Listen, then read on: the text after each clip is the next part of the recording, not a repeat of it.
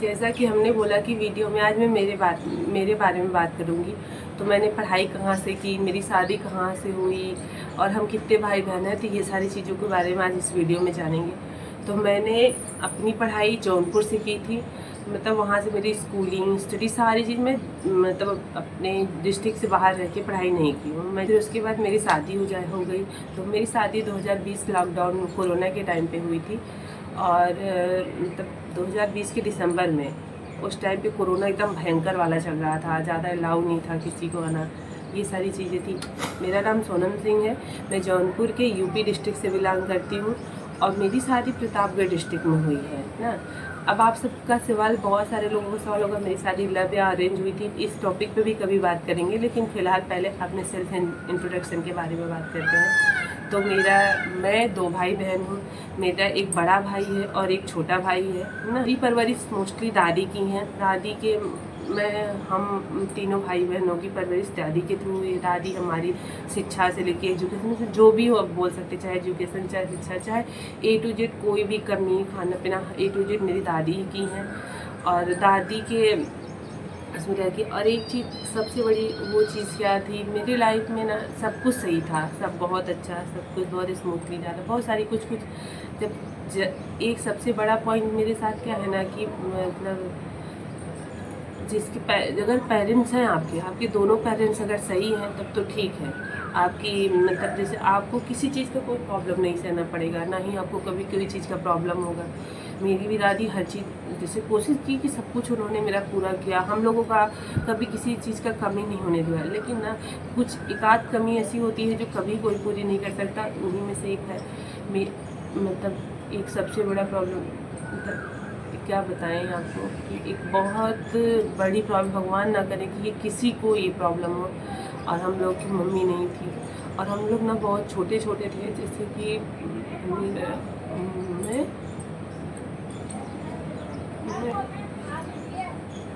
मैं 18 महीने की थी और मेरा छोटा भाई 8 महीने का था।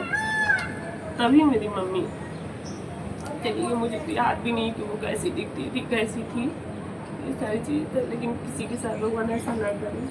मैं पर्सनली चाहूँगी मम्मी होना बहुत ज़रूरी है। मम्मी होना मतलब मम्मी ना सबकी लाइफ में बहुत इम्पोर्टेंट करती हैं और खास करके ये कमी तो मैं बहुत महसूस की हूँ। बचपन में तो मुझे ज़्यादा नहीं पता चलता था क्योंकि दादी कुछ चीज़ की कोई कमी जल्दी होने नहीं दी, लेकिन जब मेरी शादी होने वाली थी ना तो मैं वो हर एक मोमेंट पे बहुत मिसती हूँ। वो मैं किसी को एक्सप्लेन नहीं कर सकती।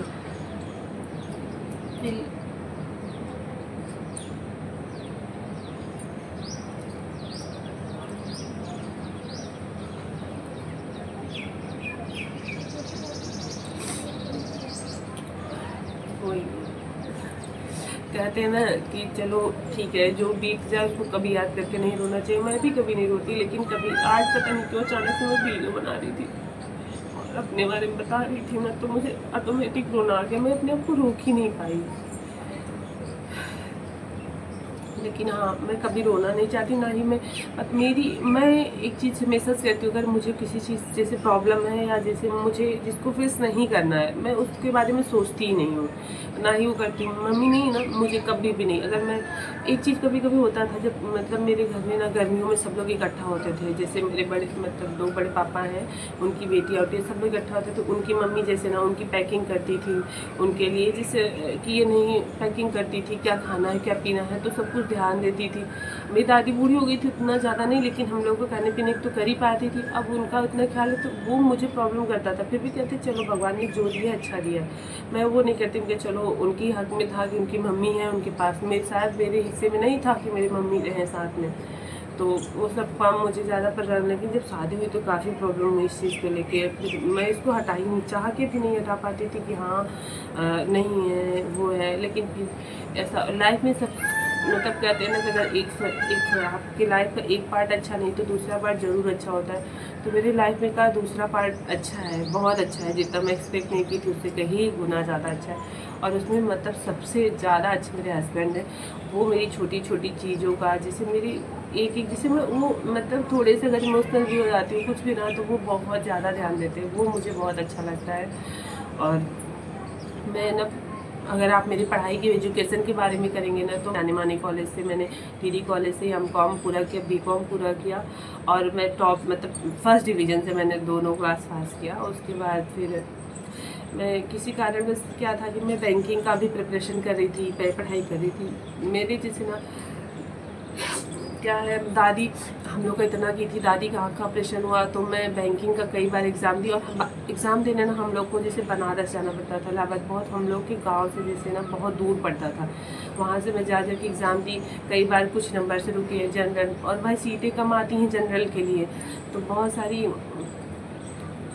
चीज़ों की वजह से रह गई। फिर जैसे टाइमिंग कम कर दिया तो उस समय मतलब मेरा उतना प्रैक्टिस नहीं होता था, तो हो ही नहीं पाया। और इस समय ना मेरा इतना ज़्यादा मन था ना कि मैं पढ़ के जॉब करूँ या कुछ करूँ, तो वो सारी चीज़ें ना जैसे पीछे छूटती चली गई।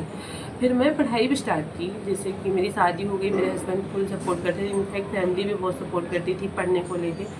तो हस्बैंड भी काफ़ी बुक्स वगैरह, लेकिन फिर बीच में मेरा छोटू बेबी पेट में आ गया, तो मुझे ना एकदम से रेस्ट बोल दिया डॉक्टर कि हाँ सीढ़ियाँ नहीं चढ़नी है। स्टार्टिंग में तो बहुत ज़्यादा रूल लगा दिए कि सीढ़ियाँ नहीं चढ़नी है, झुकना नहीं है, मतलब पूरा एक तरह से आप मतलब पूरा नहीं कर सकते तो पूरा मतलब एकदम बेड रेस्ट टाइप का बोल दिया। फिर कुछ कहाँ कर पाती, बहुत देर बैठना नहीं, और स्टार्टिंग में पैर में स्वेलिंग आने, मुझे ना सबका तो नहीं जानती, लेकिन मेरी प्रेगनेंसी में ना मुझे बहुत कॉम्प्लिकेशन हो गई थी, बहुत सारी प्रॉब्लम्स आ गई थी, जिसकी वजह से ना मेरी पढ़ाई रुक गई। और मैं आप यहाँ का एक चीज़ देख रहे होंगे कि आपको थोड़ी थोड़ी देर पे मोर की आवाज़ ज़रूर आ रही होगी। क्या है ना कि ये यहाँ पे बहुत ज़्यादा मोर है, इतना सुंदर सुंदर है ना, वो सब चीज़ें तो मतलब क्या होता है, कभी जाती हूँ तो दिखते हैं, लेकिन जैसे दूर से दिखते हैं तो उतना अच्छा नहीं आ पाता वीडियो, नहीं इसलिए मैं बनाई भी नहीं पाती। और ये सारी बातें थी जो आप सबके साथ में शेयर की, और मुझे काफ़ी अच्छा भी लग रहा है, हल्का भी लग रहा है, थोड़ा रोना आ गया था, उसको आप लोग माइंड मत कीजिएगा, क्योंकि थोड़े हम इमोशनल भी हैं। और बहुत टाइम बाद जैसे ना मम्मी की बात करके मुझे ऐसा फील हुआ, मुझे इतना रोना आ गया। और ना एक चीज़ और है, जैसे ना मेरी दादी को फ़ोन लगाने नहीं आता, तो मतलब मैं खुद से फ़ोन लगाऊँ ठीक है, नहीं तो दादी वही लगा नहीं पाती हैं। और जब मैं देखती हूँ ना, जैसे कि मम्मी का फ़ोन आया या किसी का है ना, मेरा नहीं आता, मुझे उस पर भी एकदम तकलीफ़ होने लगती थी।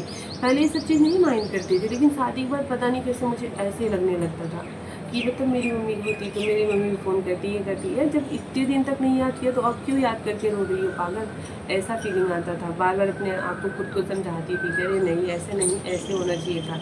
लेकिन हाँ, मेरा छोटा भाई इतना अच्छा है ना, हम दोनों की बॉन्ड बहुत अच्छी है। सारी चीज़ें मैं आपको ऐसे डिटेल में बारी बारी से वीडियो में बताऊँ, क्योंकि एक छोटू बेबी मेरा सो रहा है, और चलते हैं उसके पास, देखते हैं उठता है तो जगा देते हैं।